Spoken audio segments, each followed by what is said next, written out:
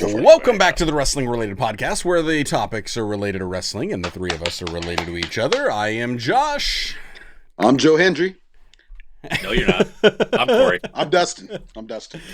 And you guys are catching us on your favorite podcasting platform. It could be wherever you consume audio adventures, or it could also be where you're watching video on either Spotify or YouTube.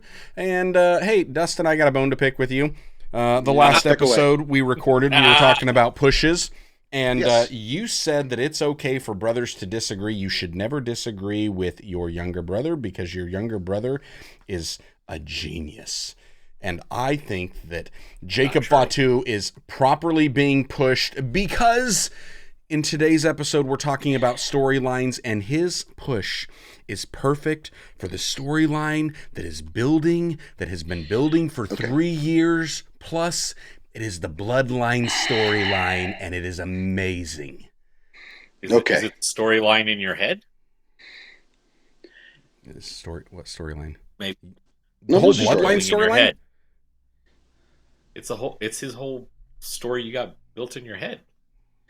Well, maybe, but that's the best part about storylines is that they get you wondering what's next and anticipating and hoping. Come on, this is pro wrestling.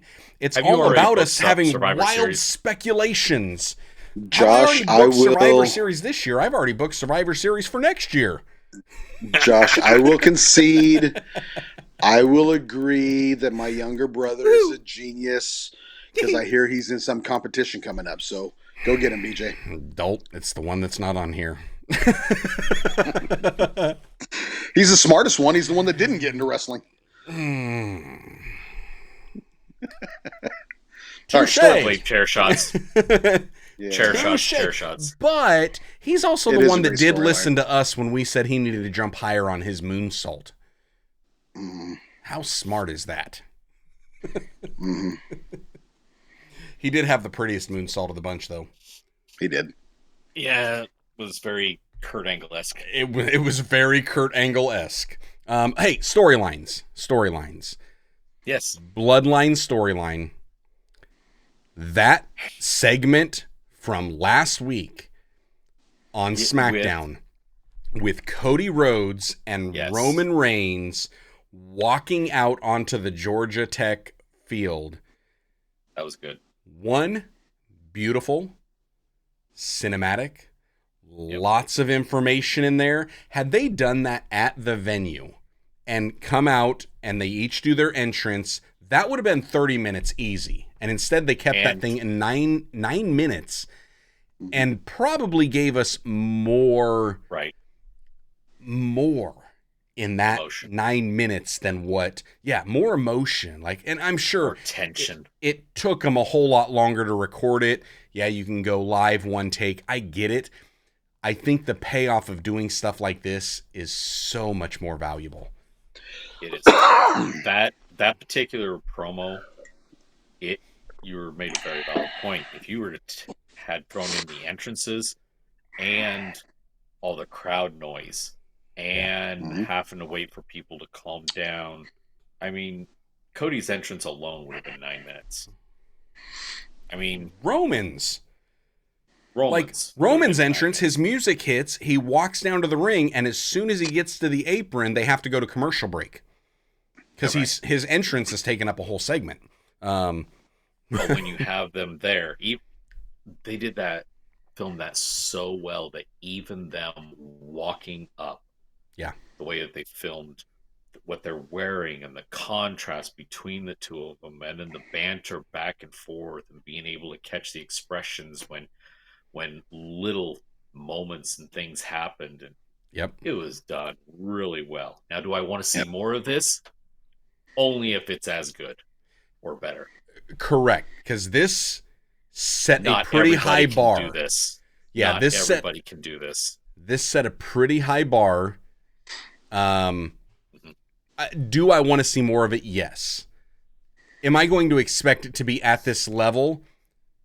No. If you're just a little below, I'm happy with it. If it goes better, I'll be pleasantly surprised. But yeah, I loved it. It also just the production of it, I couldn't help but to start seeing next year's WrestleMania. It had big game feels on it. That's what it was. Yeah, it was like the build, the production, all the effort that goes into it, and even just the little nuances that they're saying. Like, come on, that last line of Roman when Cody steps in front of him, he's like, "You're in my way," and he steps out of the way. He's like, "You're in my way in life," and it was like, yeah. Ooh. And I'm like, I like it. I had to watch it like 3 different times because it was just so good. So good. If you only had a chance, for our listeners, if you only had a chance to watch one segment out of the whole week, that's the segment to watch. That. Agreed. Yeah. The feel of it, and like there was so much that they, like the little things. I mean, and here's the thing I love about the Bloodline storyline, and there have been moments where the Bloodline storyline, it's like, it's getting a little old. And about the time it feels like it's getting a little old, they do something that re-energizes it. I mean, Roman coming back now, it was desperately needed because it was starting to feel a little bit stale. You've got, Bloodline, stale for a while. B team, and it's just like, apart from the shining moment in it, which is Jacob Fatu. But it's like there's just, it was missing something. Roman comes back. I'm in. Right. Now let's talk about Jacob for a moment. I think Jacob is just outshining and outclassing the 3 that he's in there with. And no offense to those guys, really, but when you got Tama that's been the workhorse, he's been bumping his butt off left and right, and he knows that he's not this monster heel against these guys that are like so much bigger than him, but he's putting in the work. And then Solo's just standing there talking the same garbage week after week after week, and just the annoying kid on the playground that just thinks he's tougher than he is, and he's only tough in a group. And then you got the other brother that everybody forgets about because half the time he's just on the sidelines, and the other half the time he's punching his brother in the head. Are you talking about me?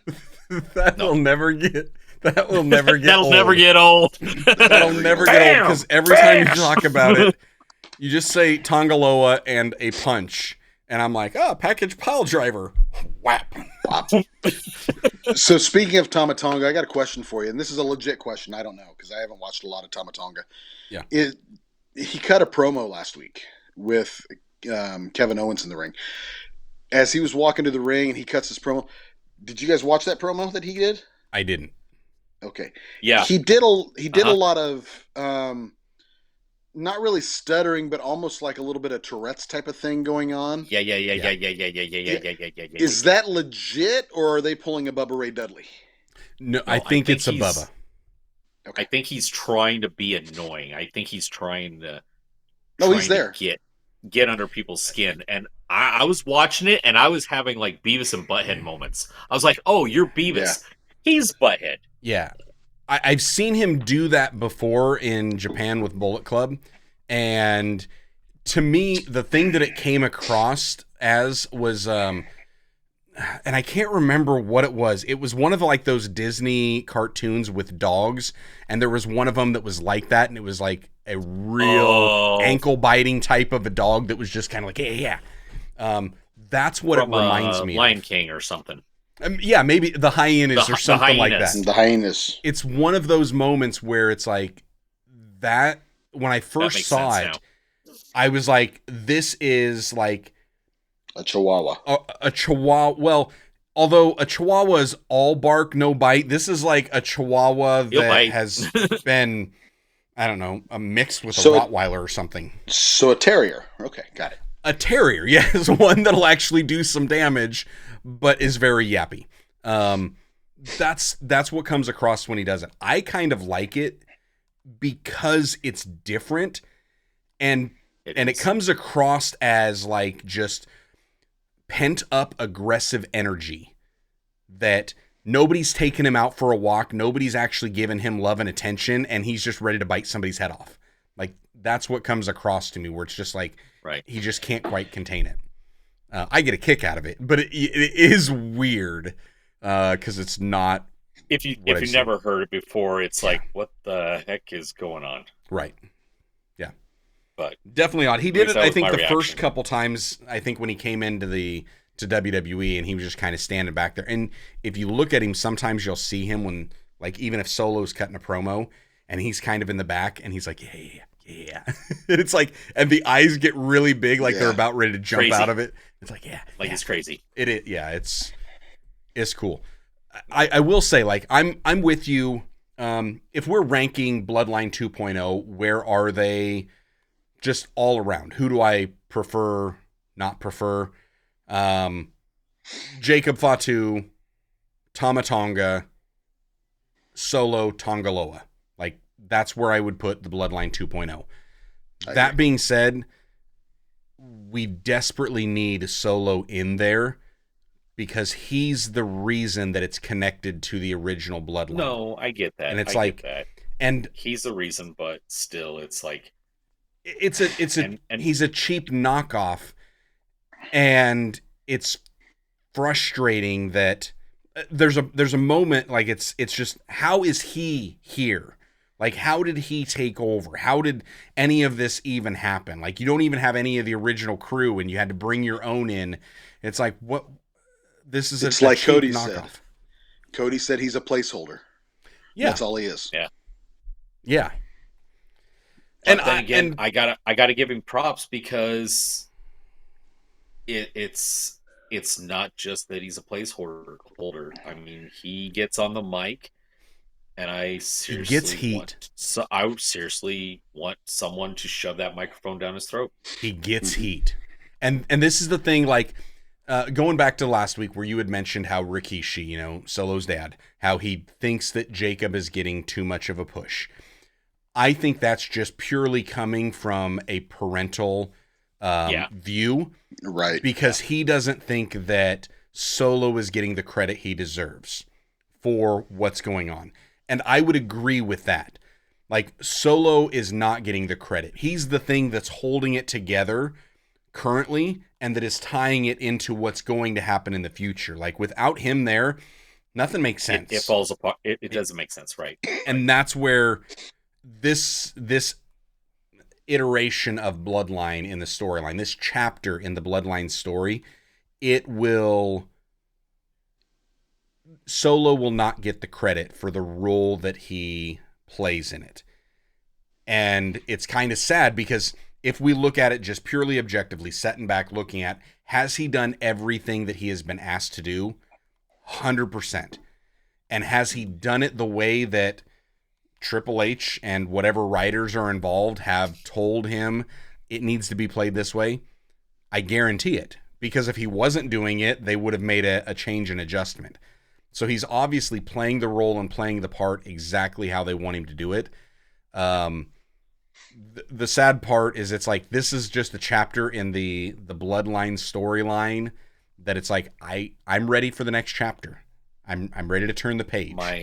My frustration right now with the Bloodline storyline is that I see Survivor Series on the horizon.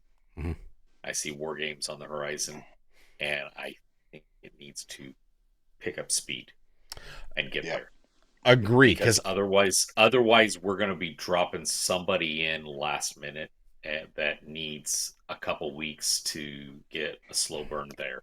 Agreed. I would rather that they had a full roster, full team here, and a little back and forth before we throw them in there, instead of like, okay, we're going to do this, and you're down one guy. Who are you going to get? Yep. And and so surprise, it's Sami Zayn. The honorary use. Yeah. Shocker. Yeah. So let's take a spin now. We're talking about storylines and things that kind of stand out that we like and everything. I know for a fact that true wrestling fans, true wrestling fans, are more excited right now for what's coming up next week, hopefully, assuming that he accepts and he gets cleared to wrestle. Actually, it would be this week. It would be next this week. No, that's 2 days away. That's 2 days away. Right. And that is... Anybody? Bryan Danielson versus Nigel McGuinness. Yeah. Oh, my gosh. I am so looking forward to that. For anybody that does not know, Nigel McGuinness, because he's been on the sidelines for so long because of some medical blood pathogen thing, whatever. He's been on the shelf for so long. Look up some Nigel McGuinness, Ring of Honor, and just sit back and watch the violence. It would be... I don't... Not only violence, just wrestling ability, period. Oh, yeah. I don't know if they're doing available. Stuff that's off the wall that just like, whoa, I don't see that. Where's this? And the fact that nobody's done it is just like.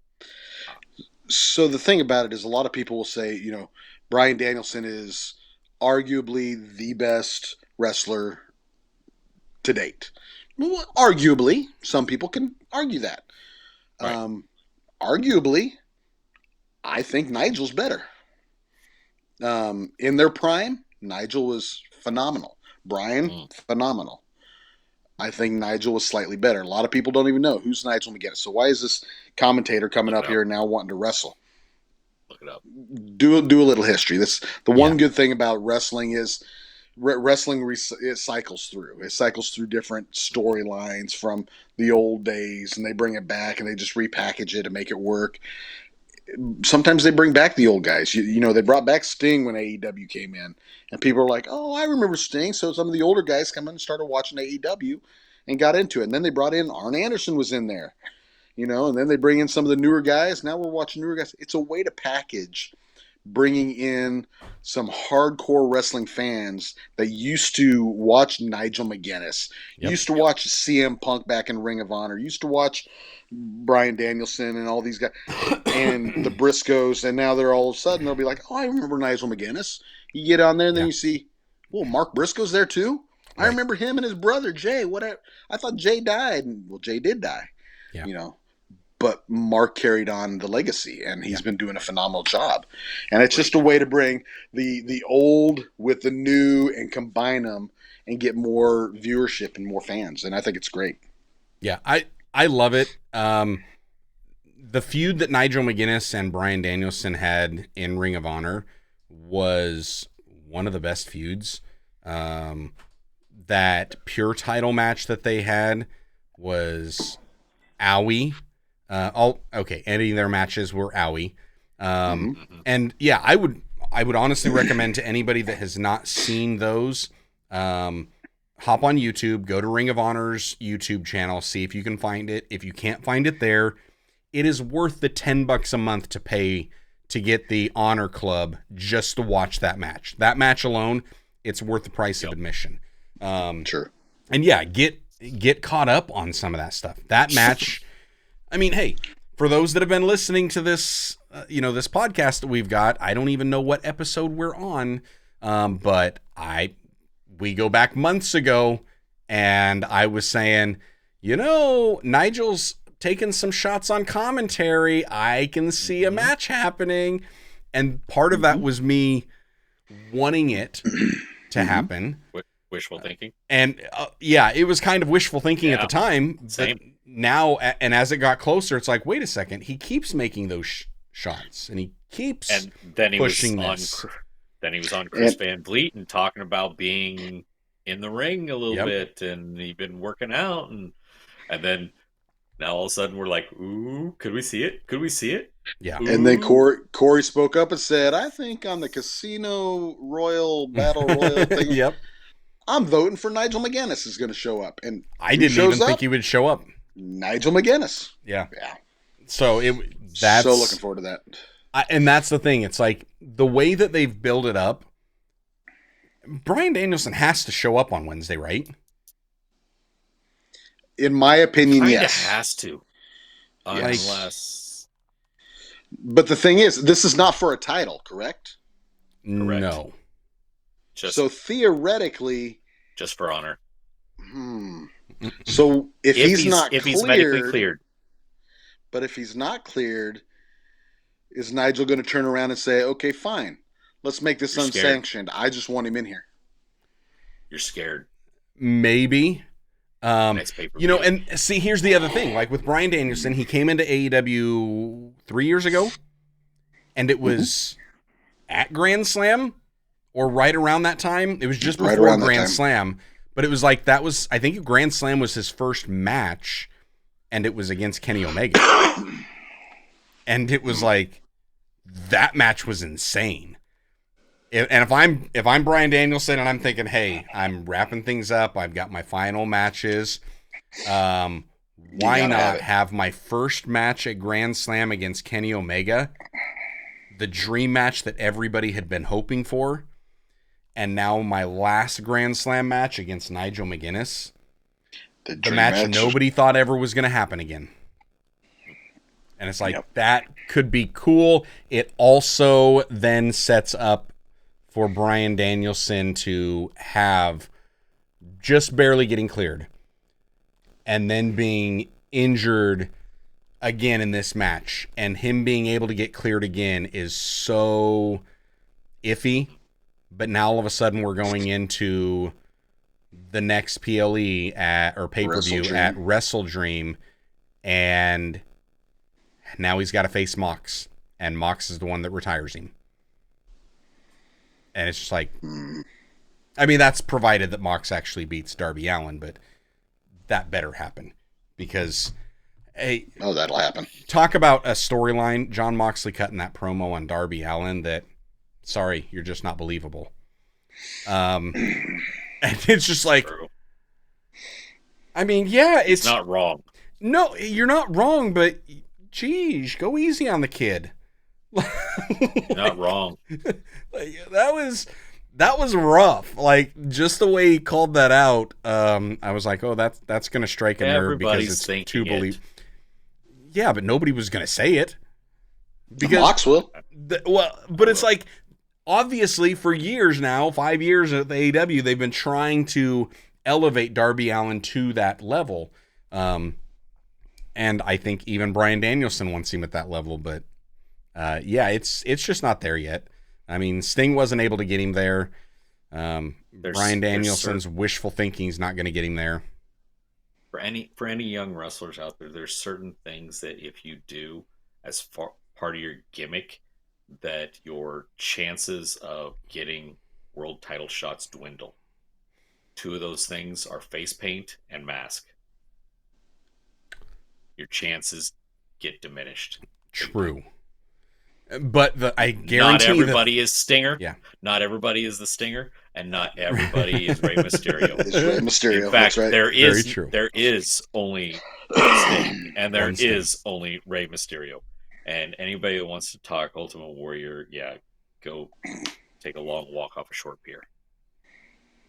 Hey, if you want to put it, never mind. I was going to say Hurricane Helms. Stand back. No, so yes, the storyline with Danielson and McGuinness, I'm looking forward to that. I like it. I think that right now in AEW, that is the storyline that is driving everything.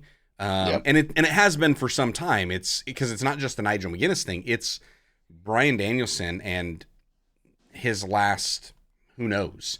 Like, he's working without a contract to the best of all of our knowledge. So how long is this going to happen? Like, knowing that you're on the downward trend, we're finishing up, right? But when is it going to happen? It's not a John Cena where you get one more year, right? And then I'm out. No. It's not that. It's any match could be the last match. And knowing Bryan Danielson, he's not going to announce it. He doesn't want to announce it. He just and it may be an audible. It may be an audible. He may be in this match with Nigel McGuinness, and all of a sudden the reaction and the crowd and everything is so good, and he gets in the back and he's like, nope, that's it. He may get to Wrestle Dream against whoever and be like, everything. It was everything I wanted it to be, and I can't top it. That's it. I'm done. He may get to World's End, and who knows who's in line at that point. And that's it. Like, that's the thing. Leo Rush. We do not Leo Rush. We don't know. The Beast Mordos. Okay. Maybe it's Will Ospreay. Who knows? My wish with the whole Nigel McGuinness thing is that we see Ring of Honor Nigel McGuinness. Yes. Doesn't have to have the spiky hair. Doesn't have to have this extra size on him. Correct. But give me that. Yes. Don't give me that whatever something wolf from TNA garbage. Yeah. That he did. No, forget that. No. That was I want Ring of Honor Nigel McGuinness. Boring. And to be fair, in AEW, we have gotten Ring of Honor Bryan Danielson. We've gotten the American Dragon. Let's do it. So it's like, all we need is Nigel to be Nigel. And you do that. Yes, you guys are 25 years older, or 20 plus years older, but still, bring it. And Nigel's in better shape than he was then. Agreed. I mean, he was packing on some poundage now. He also looked a whole lot more intimidating, I thought. True. With the extra poundage, but still, he could. Yep. Any other big storylines to stand out?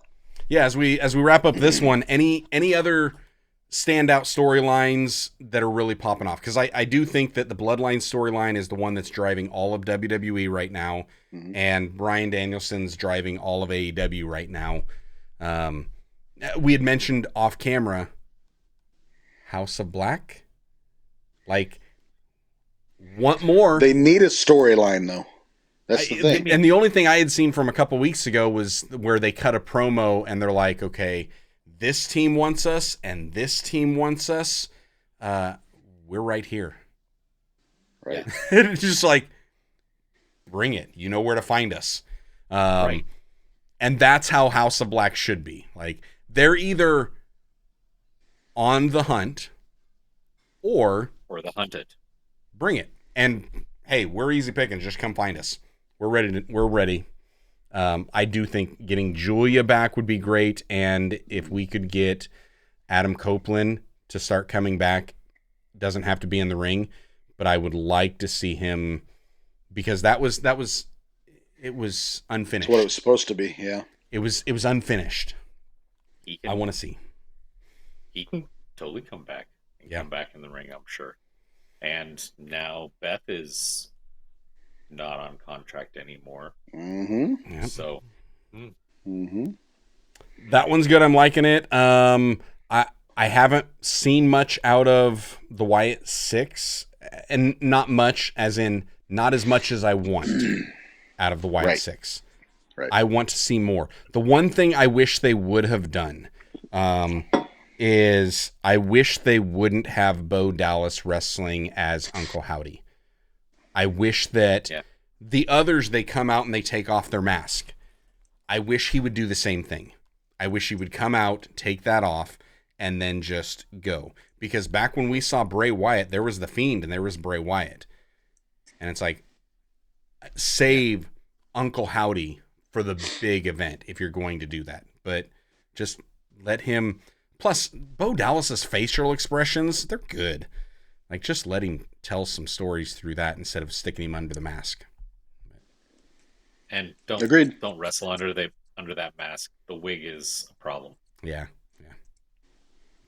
Any other storylines that have been developing that you have piqued your interest or seen a little glimmer here and there? I don't consider every topic a storyline. Okay. For me, a storyline has to go several weeks, and there's not a lot out there that's going several weeks long. Yeah. I mean, they change them up every couple of weeks. That's not a storyline to me. I think. Yeah.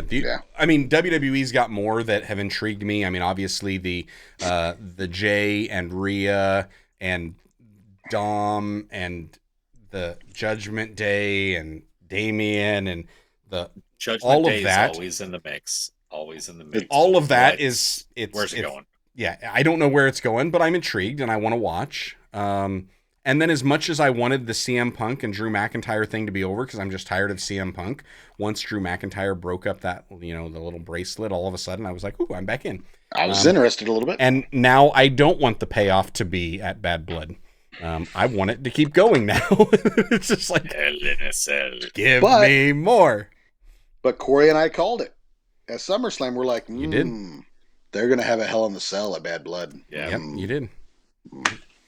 Yeah. So. Yeah. That's all I got. All right, well, that's all we got for this episode, guys. If you guys have got some storylines that are happening in the world of wrestling that are really piquing your interest, we'd love to hear about it. Maybe it's something we forgot. Maybe you've got some opinions on the stuff that we did share that would just be worth sharing again.